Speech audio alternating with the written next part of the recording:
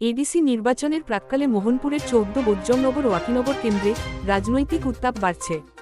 বুধবার বিভিন্ন এলাকায় পদযাত্রা ও জনসংযোগে অংশ নেন তিপ্রা মথার নেতা রুনিয়েল দেববর্মা। তিনি দাবি করেন, মানুষের সারা মথার পক্ষেই রয়েছে এবং পুনরায় সরকার গঠন সময়ের অপেক্ষা। এদিন কালীনগরে বুথ সভাপতির বিজেপিতে যোগদানের দাবিকে ভুয়ো বলে খণ্ডন করেন তিনি। রুনিয়েলের অভিযোগ, মথা ৩ জন যোগ দিলে ৩ জনই বলে, কিন্তু বিজেপি একজনকে ১০০ দেখায়। ঘটনাকে ঘিরে রাজনৈতিক তরজা তুঙ্গে। স্যার, আপনাদের কালীনগরের যোগদান সভা নিয়ে বিজেপির তরফ থেকে দাবি করা হচ্ছে যে ওই যোগদানটা মিথ্যা ছিল, ওই নামে কোনো বুথ সভাপতি নেই। আপনারা অর্থাৎ তিপ্রাসা ওয়ানচাদের মধ্যে একটা বিভ্রান্তি সৃষ্টি করার জন্য এই যোগদানটা করেছে, কি বলবেন? আপনারা মিডিয়ার মাধ্যমে ওজনের যে বণিকের সামনে আমরা যে একটা পথসভা করেছিলাম স্ট্রিট কর্নার, আপনারা দেখেছেন তখন কত লোক এসেছিল, কত জয়েনিং হয়েছিল, আপনারা তো দেখলেন।